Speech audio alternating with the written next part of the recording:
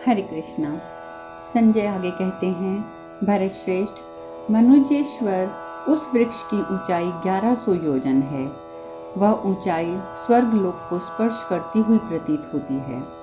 उसके फलों में जब रस आ जाता है, अर्थात जब वे पक जाते हैं, तब अपने आप टूटकर गिर जाते हैं। उन फलों की लंबाई 2500 अरंती मानी गई है। राजन, वे फल इस पृथ्वी पर गिरते समय भारी धमाके की आवाज़ करते हैं और उस भूतल पर सुवर्ण सदृश रस बहाया करते हैं। जनेश्वर, उस जम्बू के फलों का रस नदी के रूप में परिणत होकर मेरुगिरी की प्रदक्षिणा करता हुआ उत्तर कुरुवर्ष में पहुंच जाता है। राजन, फलों का रस का पान कर लेने पर वहां के निवासियों के मन में पूर्ण शांति और प्रसन्नता रहती है। उन्हें पिपासा अथवा वृद्धावस्था नहीं सताती। उस जम्बू नदी से जम्बू नद नामक सुवर्ण प्रकट होता है, जो देवताओं का आभूषण है। वह इंद्रगोप के समान लाल और अत्यंत चमकीला होता है। वहां के लोग प्रायः प्रातःकालीन सूर्य के समान कांतिमान होते हैं। माल्यवान पर्वत के शिखर पर सदा अग्निदेव प्रज्वलित दिखाई देते हैं। भरत श्रेष्ठ, वे वहां सतर्क एवं कालाग्नि के समान प्रसिद्ध हैं। माल्यवान के शिखर पर पूर्व की ओर नदी प्रवाहित होती है। माल्यवान का विस्तार 5-6 हजार योजन है। वहां सुवर्ण के समान कांतिमान मानव उत्पन्न होते हैं। वे सब लोग ब्रह्मलोक से नीचे आए हुए पुण्यात्मा मनुष्य हैं। उन सबका सबके प्रति साधुतापूर्ण बर्ताव होता है। वे उधर्वरेता अर्थात नैष्ठिक ब्रह्मचारी होते हैं और कठोर तपस्या करते हैं। फिर समस्त प्राणियों की रक्षा के लिए सूर्यलोक में प्रवेश कर जाते हैं। उनमें से 66,000 मनुष्य भगवान सूर्य को चारों ओर से घेर कर और उनके आगे आगे चलते हैं। वे 66,000 वर्षों तक ही सूर्यदेव के ताप में तप कर अंत में चंद्रमंडल में प्रवेश कर जाते हैं। इस प्रकार श्री महाभारत भीष्म पर्व के अंतर्गत जम्बू खंड विनिर्माण निर्माण में माल्यवान का वर्णन विषयक 7वां अध्याय पूर्ण हुआ। धृतराष्ट्र जी आगे कहते हैं, संजय, तुम सभी वर्षों और पर्वतों के नाम बताओ और जो जो उन पर्वतों पर निवास करते हैं उनकी स्थिति का भी यथावत वर्णन करो। संजय कहते हैं, राजन, श्वेत के दक्षिण और निषद के उत्तर रमणक नामक वर्ष हैं। वहाँ जो मनुष्य जन्म लेते हैं वे उत्तम कुल से युक्त और देखने में अत्यंत प्रिय होते हैं। वहाँ के सब मनुष्य शत्रुओं से रहित होते हैं।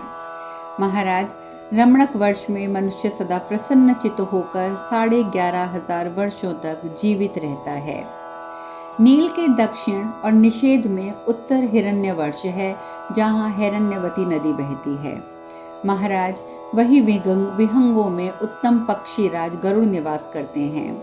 वहाँ के सब मनुष्य यक्षों की उपासना करने वाले धनवान, प्रियदर्शन, महाबली तथा प्रसन्नचित्त होते हैं।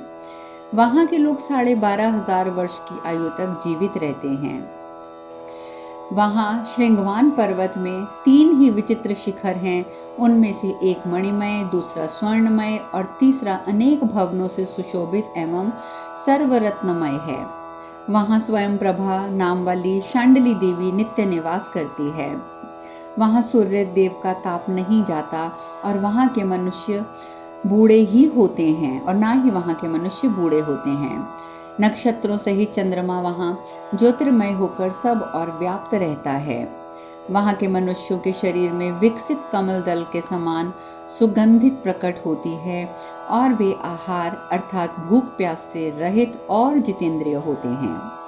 वे सब के सब देवलोक से च्युत होकर वहाँ शेष पुण्य का उपभोग करते हैं।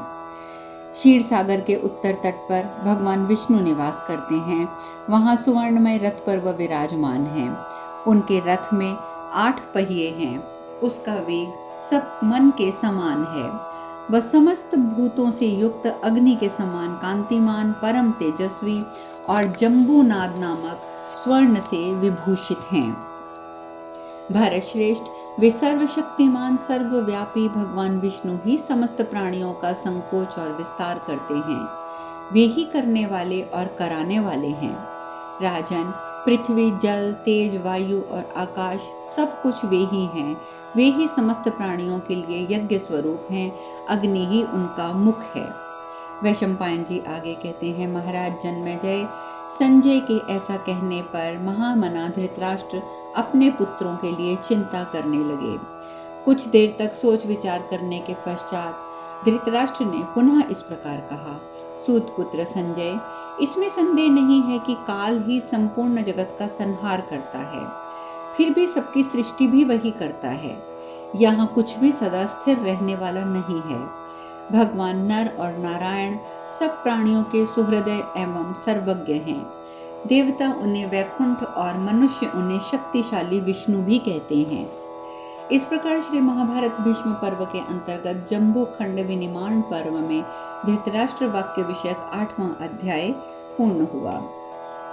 धृतराष्ट्र आगे कहते हैं, संजय, ये जो भारतवर्ष है जिसमें सब राजाओं की विशाल वाहिनी युद्ध के लिए एकत्र हुई है, वहां का साम्राज्य प्राप्त करने के लिए मेरा पुत्र दुर्योधन ललचाया हुआ है, जिसे पाने के लिए पांडवों के मन में भी बड़ी इच्छा है तथा जिसके प्रति मेरे मन में भी बहुत आसक्त है। उस भारतवर्ष का तुम यथा रूप से वर्णन करो, क्योंकि इस कार्य के लिए मेरी दृष्टि में तुम ही सबसे बुद्धिमान हो। संजय ने कहा, राजन, आप मेरी बात सुनिए। पांडवों को इस भारतवर्ष के साम्राज्य का लोभ नहीं है। दुर्योधन तथा सुबल पुत्र शकुनी ही उसके लिए लुभाए हुए हैं। विभिन्न जनपदों के स्वामी जो दूसरे दूसरे क्षत्रिय हैं, वे भी इस भारतवर्ष के प्रति गद्द दृष्टि लगाए हुए एक दूसरे के उत्कर्ष को सहन नहीं कर पाते हैं। भारत, अब मैं आपसे इस भारतवर्ष का वर्णन करूंगा जो इंद्रदेव और वैवस्तु मनु का प्रिय देश है। राजन, दुर्घष महाराज, वेद नंदन पृथु, महात्मा इक्ष्वाकु, ययाति, अम्बरीश, मांधता, नहुष, मुचुकंद, उशीनर पुत्र शिबी, ऋषभ, इलानंदन पुररवा, राजा नृग, कृषिक, महात्मा गाधी, सोमक, दिलीप तथा अन्य जो महाबली क्षत्रिय नरेश हुए हैं, उन सभी को भारतवर्ष बहुत प्रिय रहा है। शत्रुदमन नरेश, मैं उसी भारतवर्ष का अब वर्णन कर रहा हूँ। आप जो कुछ मुझसे जानना चाहते हैं वह मैं आपको अवश्य बताऊंगा। इस भारतवर्ष में महेंद्र, मलय, सह, शुक्तिमान, ऋष्यवान, विंध्य और पारी यात्र, ये 7 कुल पर्वत कहे गए हैं। राजन, इनके आसपास और भी हजारों अविज्ञात पर्वत हैं जो रत्न आदि वस्तुओं से युक्त विस्तृत और विचित्र शिखरों से सुशोभित हैं। इनसे भिन्न और भी छोटे छोटे अपरिचित पर्वत हैं जो छोटे छोटे प्राणियों के जीवन निर्वाह का आश्रय बने हुए हैं। प्रभो, इस भारतवर्ष में आर्य, म्लेच्छ, संकर आदि के मनुष्य निवास करते हैं। वे लोग यहाँ की जिन बड़ी बड़ी नदियों के जल पीते हैं उनके नाम भी मैं बताता हूँ, सुनिए। गंगा, सिंधु, सरस्वती, गोदावरी, नर्मदा, बाहुदा, महानदी, शत्रदू, चंद्रभागा, महानदी यमुना, दृशद्वती, विपाशा, विपापा, स्थूल बालुका, वेत्रवती, कृष्णावेगा, इरावती, विस्तता, पयोष्मी, देविका, वेद स्मृता, वेदवती, त्रिविदा, इक्षुला, कृमि, किरीषणे, चित्रवाहा तथा चित्रसेना नदियाँ। गोमती, धूपतापा, महानंदी, महानदी वंदना, कौशिकी, त्रिविदा, कृत्या, निचिता, लोहतारिणी, रहस्या, शतकुंभा, सरयू, चर्मवणी, वैत्रवती, हस्ती, सोमा, दिक, शरावणी, पयोषणी, वीणा, भीमरथी, कावेरी, चुलका, वाणी और शतबला। नरेश्वर, निवारा, अहिता, सुप्रयोगा, पवित्रा, कुंडली, सिंधु, रजनीपुर, मालिनी, पूर्व विरासा, विरामा, वीरा, नीरा, भीमा, अघोवती, पाशशनी, पापहारा, महेंद्र, पाटलावती, किरीषिणी, असकणी, महानदी, कुश्चीरा, मकरी, प्रवरा, मेना, हेमा, धृतवती, पुरावती, अनुष्णा, शैव्या, कापी, सदानीरा, अदृश्य और महानदी कुशधारा।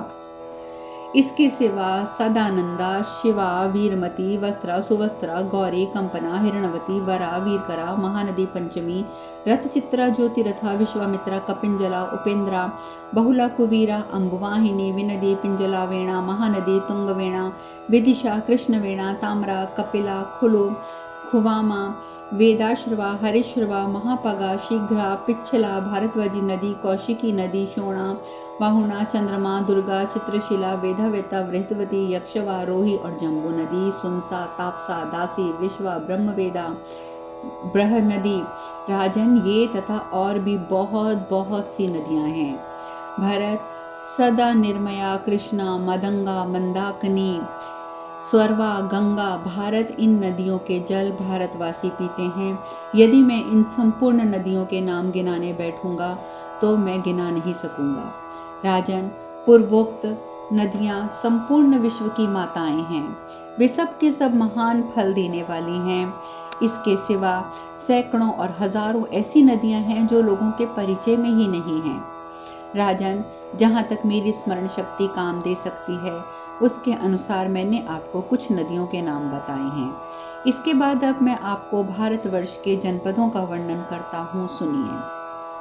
भारत में कुरु, पांचाल, शाल्व, मांद्र्य, जांगे, शूरसेन, पुलिंद, बोध, माल, मत्स्य, कुशल्य, सौशल्य, कुंती, कांति, कौशल, चेदी, मत्स्य, कुरुष, भोज, सिंधु, उत्तमाश, शराण, दशाण, किमेकल, उत्कल, पांचाल, कौशल, नैकपृष्ठ, धनुर्धर, गोधा, मंद्रगिर, काशी, अपराशी, अपकाशी, जठर, कुक्कुर, दशाण, कुंती, अवंती, अपर कुंती, गोमंत, मंदक, संड, विदर्भ, रूपवाहिक, अश्मक, पांडु राष्ट्र, गोप राष्ट्र, करीति, अधिराज्य, कुशाग्य और मल्ल राष्ट्र, वारवास्य, आया, कलिंग, यक्रमा, मल्ल, सुदेशन, समुद्र कनिष्ठ, बहुसंख्यक, अंध्र, अंतर्निधि, ब्रह्मगिरी, अमंगल, मगध, मानव सर्जक, समंतर, प्राय, श्रेय, भार्गव, पुंड्रक, मधुमान, सुकंद, कश्मीर, वानव, दर्व, वानत, आमरथ, सिद्ध, वैदे, ताम्रलिप्त, पार्वतीय इत्यादि।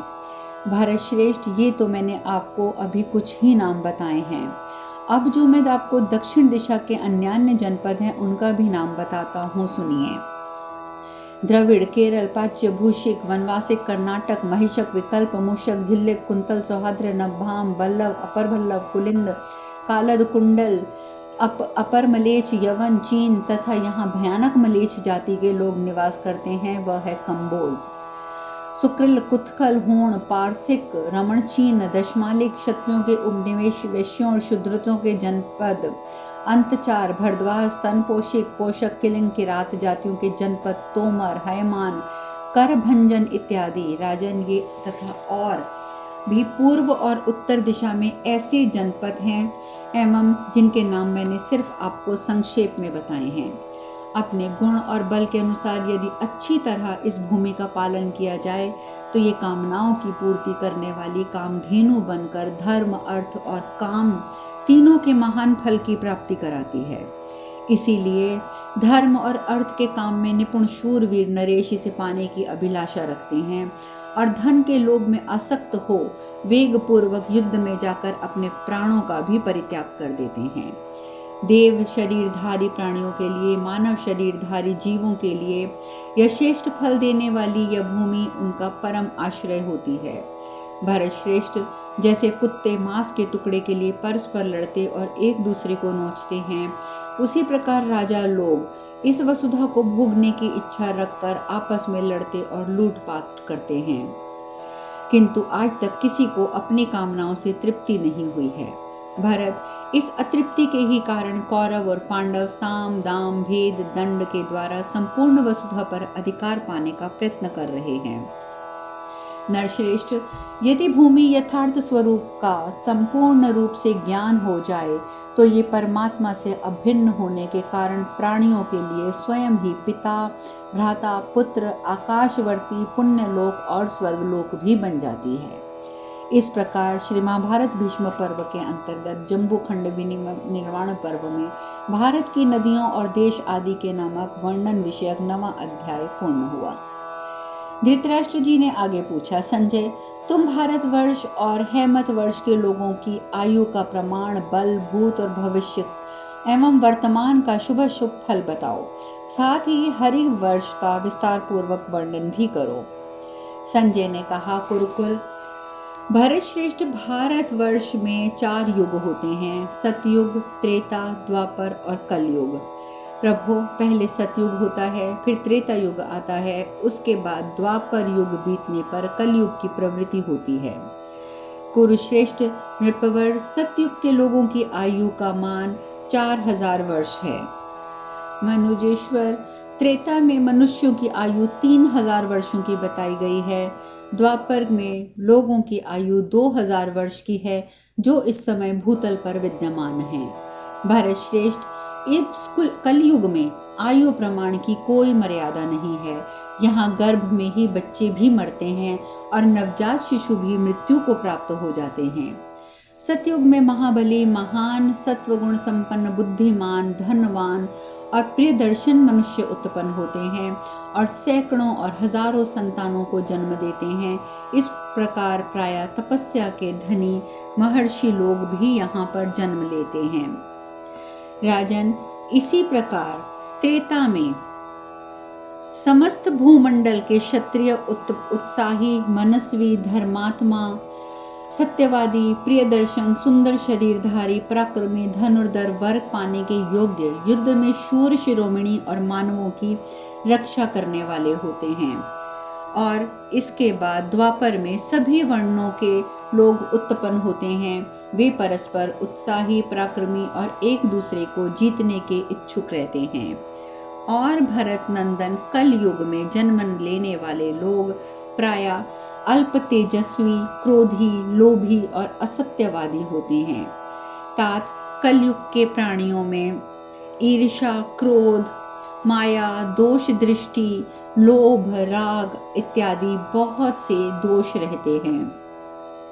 नरेश्वर, इस द्वापर के गुणों की न्यूनता होती है। भारतवर्ष की अपेक्षा हेमवत और हरिवर्ष में उत्तरोत्तर अधिक गुण होते हैं। इस प्रकार श्री महाभारत भीष्म पर्व के अंतर्गत जम्बो खंड विनिर्माण पर्व में भारतवर्ष में सतयुग आदि के अनुसार आयु का निरूपण विषयक 10वां अध्याय आज पूर्ण हुआ। अब धृतराष्ट्र आगे क्या पूछते हैं, शेष चर्चा कल। हरे कृष्णा।